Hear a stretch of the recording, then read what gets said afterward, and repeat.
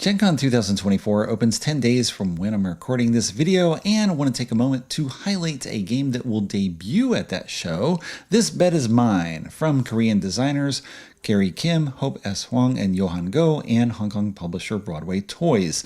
This is a game for 2 players, ages 6 and up, with a cute cat and dog fighting for space on the bed, on the box. Yeah, it looks like a children's game, and yet the gameplay can be a bit tricky.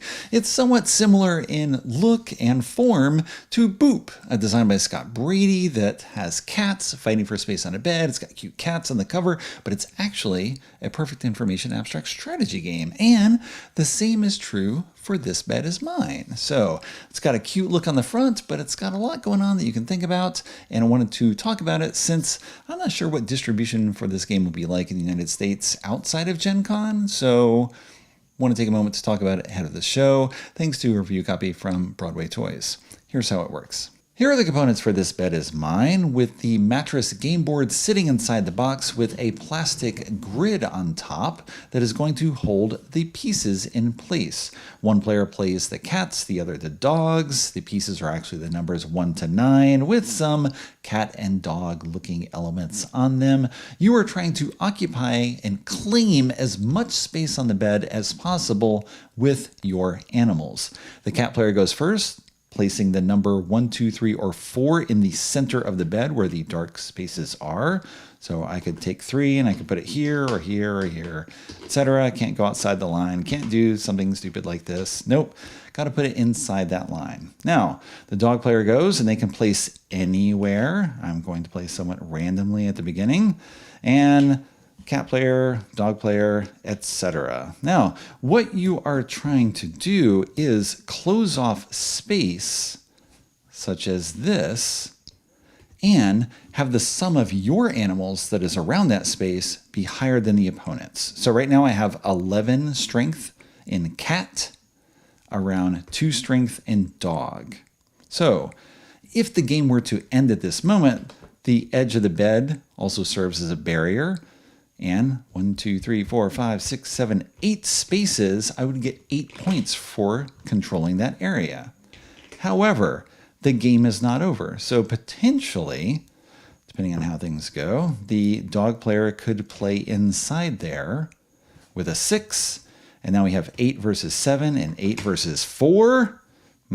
So they get these 3 points and these 3 points. Single squares do not score. So the space inside the 6 doesn't score. It's kind of silly if it were going to score because the other player would score it as well. So we just ignore all single square spaces.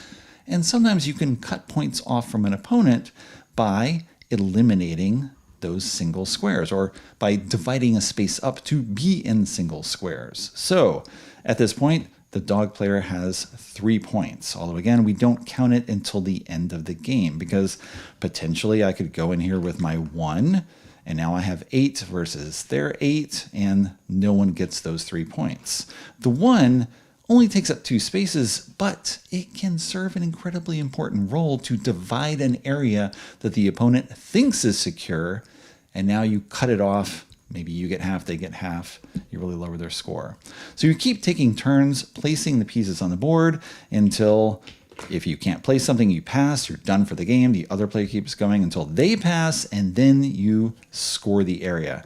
You have these cat and dog paw tokens, so you can show the areas that have been scored as you score them. So the dog would get 3 for that, and the dog would get 3 for this, and so on. Now we're up to 6 points for the dog. We haven't got the other pieces on the board, but you get the idea how things are going to work here. So it's, in a way, a mini game of Go with specialized pieces that give weight to the borders of the areas that you create during play.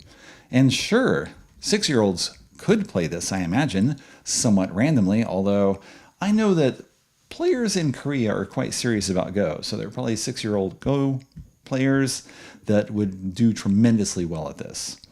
Don't know about elsewhere in the world, but you can give it a try and see because it's very straightforward. You can play just randomly willy-nilly and don't worry about things, then you'll figure out the points at the end of the game. Or you can put a bit more thought into it. I have not tried the other side of the board. So I played 3 times on the original side.